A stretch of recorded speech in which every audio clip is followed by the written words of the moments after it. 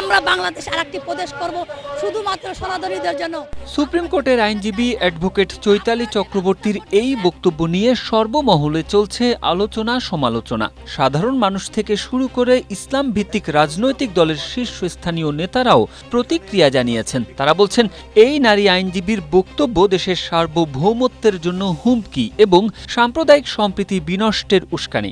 এমন বক্তব্যকে ফৌজদারি অপরাধ হিসেবে বিবেচনা করে চৈতালি চক্রবর্তীকে আইনের আওতায় আনারও দাবি জানিয়েছেন তারা। এ প্রসঙ্গে এশিয়া পোস্টের সঙ্গে আলাপকালে হেফাজতে ইসলাম বাংলাদেশের যুগ্ম মহাসচিব মাওলানা আজিজুল হক ইসলামাবাদী বলেন, বাংলাদেশ সার্বভৌম রাষ্ট্র, এমন বক্তব্য দিয়ে সে দেশের স্বাধীনতাকে অস্বীকার করেছে, দেশকে বিভক্ত করার ষড়যন্ত্র করছে।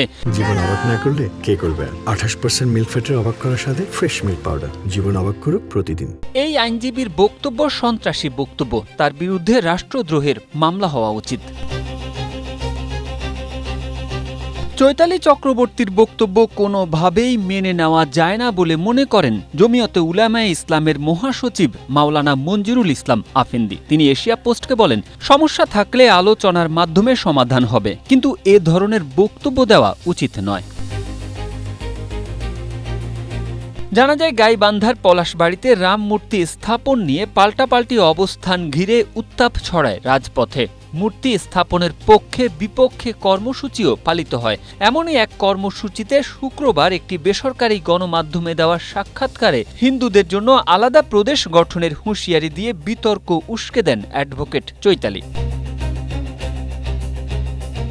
তবে মুসলমান হিন্দু সম্প্রীতির কথা উল্লেখ করে হেফাজতের যুগ্ম মহাসচিব মাওলানা আজিজুল হক ইসলামাবাদী বলেন, জুলাই বিপ্লবের পর এদেশের আলেম সমাজ হিন্দুদের ঘর বাড়ি পাহারা দিয়েছে, তাদের কাউকে তো মারা হয়নি।